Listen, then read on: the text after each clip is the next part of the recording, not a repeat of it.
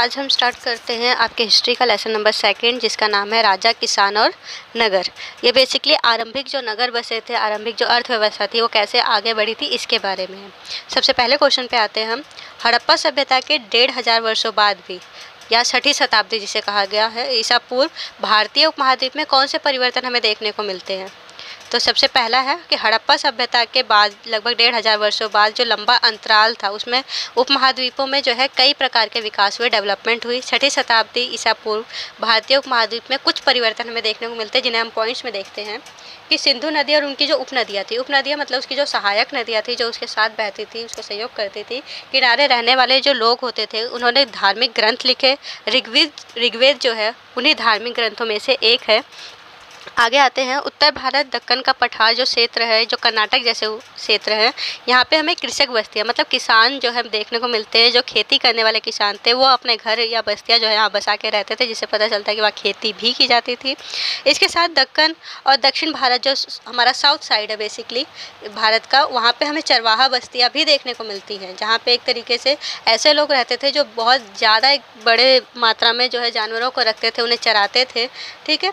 इसके साथ साथ पहली जो शताब्दी है ईसा पूर्व के दौरान मध्य और दक्षिण भारत में जो शवों के अंतिम संस्कार करने के जो तरीके थे उसमें भी हमें परिवर्तन देखने को मिलते हैं।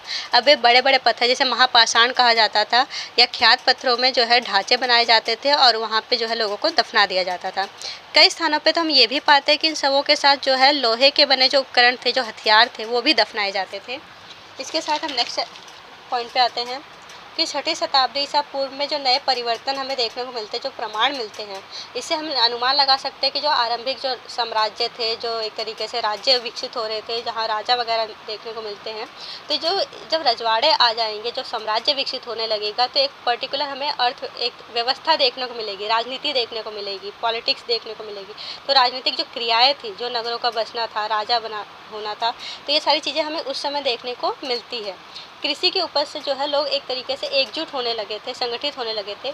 इतिहास का विकास के बारे में जानने के लिए किन किन चीज़ों का इस्तेमाल करते हैं? जो अभिलेख हो गए, जो ग्रंथ हो गए, सिक्के, क्योंकि सिक्कों के बारे में के जरिए भी हम बहुत सी चीज़ें जान सकते हैं। हड़प्पा संस्कृति के बारे में पढ़ाते समय आप लोगों ने ये चीज़ देखी है कि सबसे ज़्यादा यूनिक जो सिक्के थे वो हड़प्पा संस्कृति में हमें देखने को मिलते हैं। जो धार्मिक ग्रंथ है, विदेशी विवरण है, या जो चित्र वगैरह जो बना कर गए हैं एक तरीके से, जो उसके अवशेष रह गए हैं, तो जो भी हमें जो चीज़ें मिलती हैं, इन चीज़ों के जरिए जो है हम पुराना जो इतिहास है उसके बारे में जान सकते हैं। ये एक एज अ सोर्स की तरह इस्तेमाल किया जाता है, रिसोर्स है हमारे लिए, स्रोत है, जरिया है जिसके जरिए हम इतिहास को दोबारा से जान पाते हैं, दोबारा से उसे रिक्रिएट कर पाते हैं एक तरीके से। अब नेक्स्ट क्वेश्चन पे आते हैं कि जेम्स प्रिंसेप कौन थे? ये एक नाम है, इतिहासकार है, जिनके बारे में पूछा जा रहा है कि ये कौन थे और जेम्स प्रिंसेप ने 6ठी शताब्दी ईसा पूर्व के इतिहास के बारे में क्या तथ्य प्रस्तुत किए थे। उस समय के बारे में जो 6ठी शताब्दी ईसा पूर्व है उसके बारे में उन्होंने क्या क्या चीज़ें जो है हमारे सामने प्रस्तुत की थी कि ये चीज़ें हुई होंगी वहाँ पर।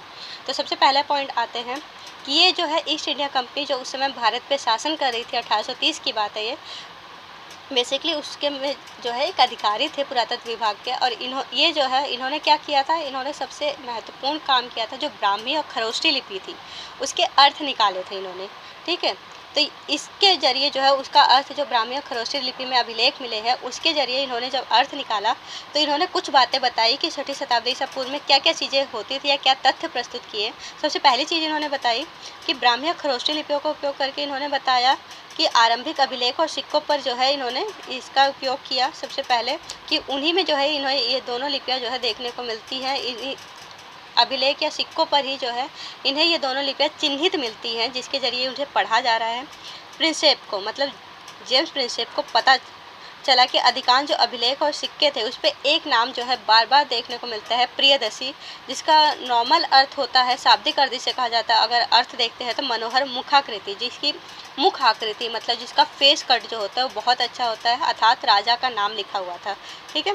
नेक्स्ट आते हैं, प्रिंसेप के कुछ अभिलेखों पर हमें अशोक नाम भी देखने को मिलता है। बौद्ध ग्रंथों के अनुसार अशोक सबसे ज़्यादा जो उस समय फेमस राजा था, प्रसिद्ध शासकों में से एक था। इसीलिए हम इतिहास के अभिलेखों को जब पढ़ने में जो है सक्षम हुए तो हमें पता चला कि 6ठी शताब्दी ईसा पूर्व में जो नगर विकसित हुए थे उन्हें महाजन पदों के नाम से जो है जाना जाता, महाजन पद जो है ये वर्ड यूज़ किया जाता था उन नगरों के लिए, और उनका विवरण हमें पूरा डिटेल में मिलता है उस समय। अब नेक्स्ट क्वेश्चन पे आते हैं कि मगध किस प्रकार एक शक्तिशाली राज्य के रूप में उभरा, क्योंकि मगध का नाम जो है बहुत ज़्यादा फेमस है। अगर मैं 16 महाजन पदों की बात करूँ, जिसके बारे में मैं आगे आपको एक छोटा सा होमवर्क आप एक समझ के चलिएगा कि यहाँ पे देखिए 16 महाजन पद है, इनके नाम जो है मैंने दिखा रखे हैं, यहाँ पे एक लिस्ट है। अगर आप जो है कोशिश करेंगे, अगर हिस्ट्री की बुक में आपको सारे नाम दिख जाएंगे, तो आप एक मैप में जो है इन सबको फिल कर लीजिएगा और कोशिश करिएगा कि फिज़िकल मैप लें, क्योंकि उस पर जो है इसको फिल करना बहुत आसान होगा। ठीक है, क्योंकि पॉलिटिकल का अगर आप मैप लेंगे तो वो आज के टाइम के अकॉर्डिंग डिवाइडेड होगा। सबसे पहला है कंबोज, गांधार, सूरसेन, कुरु, पांचाल, मत्स्य, अवंती, चेंदी, कौशल, काशी, वत्स, मल, वज्जी, जिसे वृजी भी कई जगह देखने को मिलता है, मगध, अंग और वंग। ये जो है हमें 16 महाजन पदों के नाम है, जिसको आप मैप में फिल कर लीजिएगा और आपको आसानी होगी। अब हम आते हैं कि जो मगध है उसका नाम हमें सबसे ज़्यादा देखने को मिलता है, सबसे ज़्यादा अभिलेखों में देखने को मिलता है। तो हम एक तरीके से अनुमान लगा के चल रहे हैं कि सबसे शक्तिशाली महाजन पदों में से एक होगा। तो उसका कारण क्या है? उसका कारण सबसे पहले हम ये देखते हैं कि जो खेती थी वहाँ की वो बहुत उन्नत थी, बहुत अच्छी थी, जिसके कारण अब खेती अच्छी है तो वहाँ पे व्यापार भी बहुत अच्छी तरीके से किया जा सकता था। इसके कारण जो है उपज अच्छी होने के कारण जो है वहाँ के जो किसान थे, जो फार्मर्स थे, वो बहुत रिच थे, संपन्न थे। ठीक है, नेक्स्ट आते हैं कि लोहे की खदानों की आवश्यकता जो है थी वो आराम से पूरी कर पाते थे, क्योंकि वहाँ पे लोहे की खदान थी जहाँ पे ये उपलब्ध थी, मतलब मगध में ये उपलब्ध थी चीज़ें। लोहा औजार बनाने में उपयोग किया जाता है। शासकों को अच्छे से अच्छा हथियार चाहिए ताकि उनकी सेना के पास अच्छे हथियार हो और वो अपने एक तरीके से राज्य का जो है रक्षण कर सके। और अब सेना के पास बहुत अच्छे हथियार होंगे तो क्या दुश्मन जो है उन पर हिम्मत करेगा आक्रमण करने की, जिसकी वजह से मगध को जो है युद्ध जो है कम लड़ने पड़ते थे और इसकी वजह से जो है वो संपन्न हो रहा था, क्योंकि वो जो पैसा युद्ध में खर्च कर सकते थे या सेना पे खर्च कर सकते थे उसको जो है वो व्यापार करने के लिए, अपनी उन्नति के लिए जो है इस्तेमाल कर पा रहे थे। नेक्स्ट आते हैं कि मगध जो है जंगल से चारों तरफ से एक तरीके से घिरा हुआ जो है वो था, महाजन पद था। तो जिसकी वजह से जो बाहरी आक्रमणकारी आते थे वो जंगल के रास्ते से आते थे और इससे की वजह से जो जंगल के रास्ते से अगर वो आते थे तो वहाँ के जो गुप्तचर जो राजा ने पहले ही तैनात कर रखे थे, बहुत आसानी से उनके बारे में पता चल जाता था।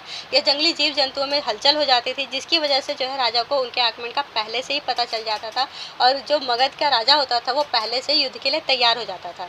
अब युद्ध के लिए अगर राजा पहले से तैयार है तो वो जो है आसानी से नहीं हारेगा। और इन जंगलों का एक और लाभ होता था कि मगध की जो सेना थी उन्हें बहुत आसानी से उस जंगलों से जो है हाथी उपलब्ध हो जाते थे।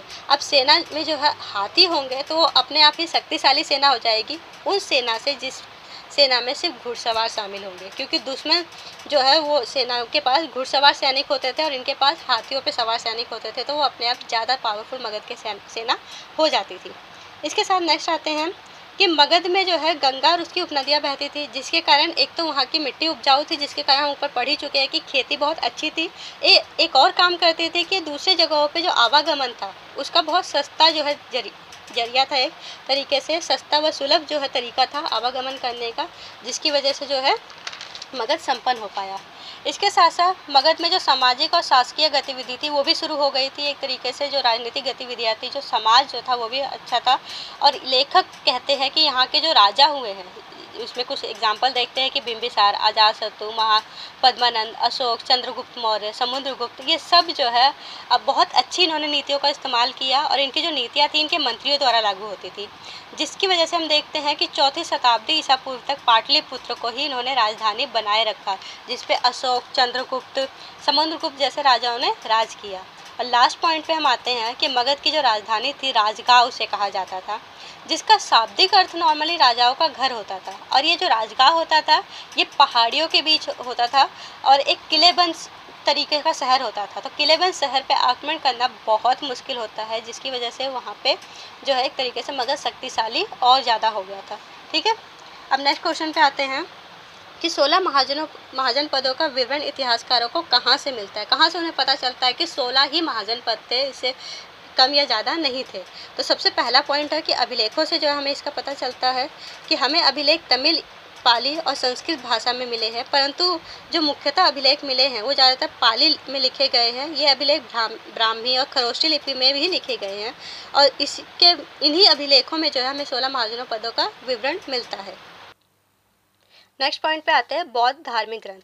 बौद्ध धर्म का प्रचार करने के लिए जो स्तूपों का निर्माण किया जाता था, आपको भी पता है कि बौद्धों के जो धार्मिक स्थल होते हैं वो स्तूप बेसिकली कहलाते हैं।